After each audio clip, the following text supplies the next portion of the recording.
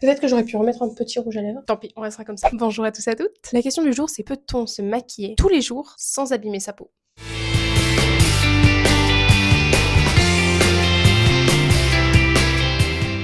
Cette question, elle revient constamment et elle est souvent mal posée parce que le maquillage en lui-même n'est ni bon ni mauvais pour la peau. Ce qui fait la différence, ce sont les formulations, la physiologie cutanée et surtout les pratiques répétées dans le temps. Aujourd'hui, on va donc parler de barrière cutanée, d'occlusion, d'inflammation chronique, de comédogénicité réelle, pas celle des listes Insta, et de ce qui se passe biologiquement quand on se maquille tous les jours. Premier point clé, la barrière cutanée. La peau, elle ne respire pas, elle fonctionne en fait comme une barrière. Cette barrière, c'est le stratum corneum, des cellules mortes, donc les cornéocytes, entourées de lipides intercellulaires, des céramides, du cholestérol, des acides gras. Et son rôle à cette barrière, il est très simple. Empêcher la perte en eau et protéger contre les agents irritants, bactériens et chimiques. Le maquillage, il n'endommage pas directement la peau, puisque les pigments minéraux, les charges, les liants, sont biologiquement inertes. Ce qui pose problème, ce sont souvent les solvants, les tensioactifs agressifs et les démaquillages répétés, mal compensés. Autrement dit, ce n'est pas ce que vous mettez le matin, mais plutôt ce que vous faites le soir qui a de l'importance. Et là, je reviens sur, mais pourquoi le soir est plus important que le matin pour la peau? Eh bien, le matin, la peau, normalement, est propre, hydratée. On applique le maquillage sur une barrière intacte et le risque de dommage, du coup, est faible. Le soir, si tu laisses le maquillage ou que tu le retires mal, tous les produits accumulés pendant la journée, ils restent sur la peau. Donc la pollution, le sébum, les poussières, le résidu de maquillage. Ensuite, les pigments, les poudres, les filtres solaires. Ils peuvent aussi subir une oxydation au contact du sébum et de l'air. Et ces radicaux libres générés, eh bien, ils vont provoquer du stress oxydatif et une micro-inflammation. C'est donc la nuit, si le maquillage reste, que la peau, elle va vraiment subir cette agression. Enfin, un point primordial, c'est la régénération nocturne. La peau, elle a son cycle de régénération maximale la nuit. La réparation de l'ADN, le renouvellement cellulaire, la synthèse du collagène. Et dormir maquillé ou avec un nettoyage trop agressif, eh bien, ça détruit ce processus. Le matin, tu n'empêches rien. Tu prépares juste une journée normale. Et dernier point, le microbiome cutané. Le microbiote, c'est les bactéries amies. Elles se réorganisent surtout la nuit. Et les résidus de maquillage, eh bien, ils peuvent perturber cet équilibre qui est fragile, favorisant les irritations, les boutons. Donc le matin, la peau, normalement, est protégée et prête. Il y a peu de risques. Le soir, elle doit être nettoyée et régénérée. Là se joue un vrai impact du maquillage sur la santé à long terme. Quelque chose qu'on entend souvent aussi au niveau du make-up, c'est l'occlusion. Est-ce que c'est un danger? Est-ce que c'est une protection? Parce que l'occlusion, elle est souvent diabolisée, alors qu'elle est physiologiquement neutre, voire bénéfique dans certains cas. Une occlusion partielle, elle limite la perte en eau et elle protège du vent, du froid, de la pollution. Par contre, une occlusion excessive, plus la chaleur, plus le sébum, plus l'inflammation, ça va favoriser forcément les microcomédons et perturber tout le microbiote cutané. En fait, ce n'est jamais un ingrédient isolé le problème, mais l'accumulation, la durée de port et l'état inflammatoire général de la peau. Ensuite, la comédogénicité n'est pas une propriété fixe à un ingrédient. Les tests, ils sont souvent faits sur les oreilles de lapin avec des ingrédients purs dans des conditions non reproductibles sur une peau humaine. Donc un ingrédient potentiellement comédogène peut être totalement inoffensif à faible dose, mais par contre peut devenir extrêmement problématique sur une peau inflammatoire. Donc ce qui crée un bouton, ce n'est pas juste le fond de teint, c'est plus poussé. C'est l'hyperkératinisation, la rétention de sébum, l'inflammation et la prolifération bactérienne. Le maquillage, il peut révéler un terrain acnéique, mais attention, il ne le crée pas. Le premier facteur d'altération cutanée chez une personne qui se maquille, ce n'est pas le maquillage lui-même, c'est le démaquillage mécanique et chimique excessif. Les frottements répétés, les cotons abrasifs, les lingettes et les nettoyants trop décapants. Résultat, on a une rupture lipidique chronique, une inflammation et une peau plus réactive, plus acnéique et plus sèche. Deuxième point, la surcouche. Trop de couches mal formulées entre elles créent plus de problèmes que le maquillage lui-même. Par exemple, des silicones lourds sur peau déshydratée, des poudres absorbantes sur une peau mature et des fonds de teint mat sur une barrière fragilisée. Le maquillage, il va accentuer ce qui est déjà déséquilibré. Troisième point, le non-respect du temps de pose. Plus un produit reste longtemps sur la peau, plus il doit être formulé pour. Porter un fond de teint 10-12 heures, ok si la peau elle est stable. Risqué si elle est inflammée, déshydratée. Dormir maquillé, c'est un non catégorique bien sûr. On risque une oxydation, une augmentation des cytokines inflammatoires et une perturbation du renouvellement cellulaire nocturne. Mais alors, à quel moment le maquillage peut-il être bénéfique? Eh bien, un maquillage bien choisi peut être protecteur. Certaines formules elles vont réduire la perte en eau, limiter l'exposition à la pollution et protéger de la lumière visible et de la lumière bleue. Sur une peau fragile, le maquillage il va pouvoir agir comme une barrière physique temporaire. Je vous fais donc un rapide protocole pour se maquiller tous les jours sans dommage. Déjà, une base cutanée stable, obligatoire, nettoyage doux, hydratation adaptée et SPF cohérent. Pas de routine instable, pas de changement constant. Moins de produits, meilleure formulation. Des textures fines, pas de surcouche inutile. Et un maquillage comme prolongement du soin. Troisième point, tellement mais tellement important, l'hygiène et les outils. Un pinceau sale est plus inflammatoire qu'un fond de teint courant. Les pinceaux, dans l'idéal, ça serait à chaque utilisation qu'on les lave. Mais au minimum, s'il vous plaît, une fois par semaine. Les éponges, par contre, c'est après chaque usage. Et quatrième point, le démaquillage respectueux vertueux massage, vous massez légèrement, un double nettoyage obligatoire, donc huile, baume, puis nettoyant. Et tout ça sans aucun frottement. Alors oui, on peut tout à fait se maquiller sans abîmer la peau, mais à une condition, respecter la biologie cutanée. Le maquillage n'est pas un agresseur, c'est un révélateur de déséquilibre lorsqu'il est mal utilisé. Une peau saine, elle a pas peur du maquillage, mais une peau fragilisée, oui. Si tu veux encore plus d'astuces, je te laisse t'abonner, laisser un petit commentaire ou un petit like, et on se retrouve du lundi au samedi chez Maison Auréa au 403 rue Maréchal Juin à Pont-Saint-Esprit.